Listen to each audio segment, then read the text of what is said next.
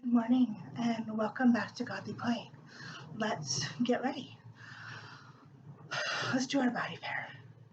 Lord, open my eyes to look to you, my ears to hear your words, my hands to do your will, and my heart to love you still. Amen.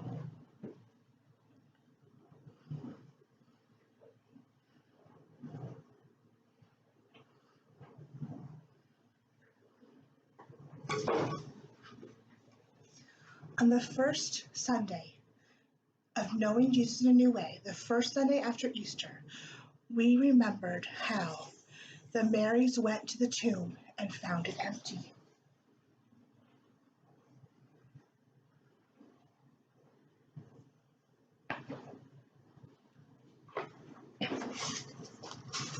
On the second Sunday in the season of Easter, we remember how, in the afternoon of the first Easter, two of Jesus' followers made their way slowly towards Emmaus, some 7 miles from Jerusalem. They must have been shaking their heads in wonder as they walked and talked of what had happened. The cross, the empty tomb, what did it mean? A stranger joined them, and they didn't really pay attention until he asked, "What are you talking about? Are you the only one in Jerusalem who has not heard what has taken place these last 3 days? What happened? The cross? The empty tomb? There has been so much." "You are foolish and slow of heart. Listen." He opened the scriptures to them. "Do you remember how we were trapped in Egypt and Moses led us out through the water into freedom? Do you remember how we were trapped in our freedom in the desert and God gave Moses the 10 Commandments to guide us? Do you remember how we were trapped in exile and the prophet said a child would lead us and that someone would come to suffer and die so we might really be alive?" By this time they were at the village of Emmaus.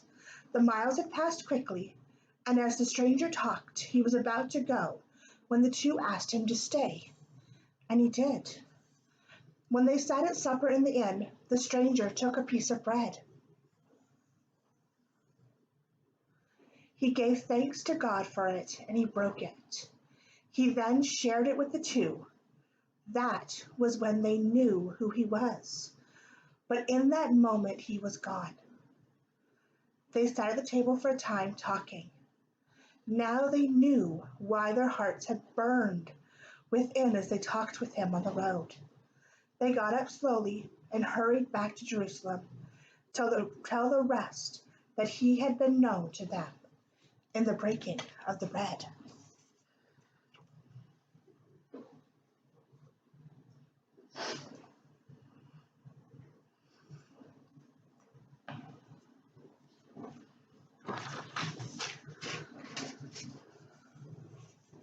On the third Sunday in the season of Easter, that's this Sunday, we remember how one night it was dark in Jerusalem when the disciples gathered in a room with the doors shut.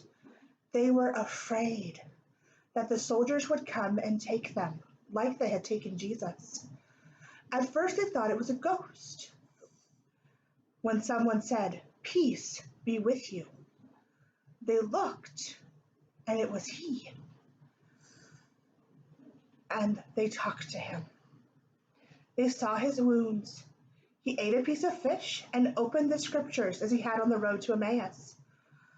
Finally he said again, "Peace be with you," and he was gone. Thomas had been away that night, and when they told him the next day what had happened, he did not believe them. He had doubt in his bones. "I won't believe until I touch his wounds." And why wouldn't he have doubt? Their minds were stretching to be big enough to know Jesus in a new way. 8 days passed. The disciples again gathered in the room with the doors shut, and this time Thomas was there. and a voice said to him, "Peace be with you." It was he, and this time went right up to Thomas and held out his hands. "Touch me." All Thomas could do was fall on his knees. "My Lord and my God." Jesus looked at him and took a long time. "Do you believe because you have seen?" He then slowly looked around the whole circle and said, "Blessed are those who have not seen and yet believe."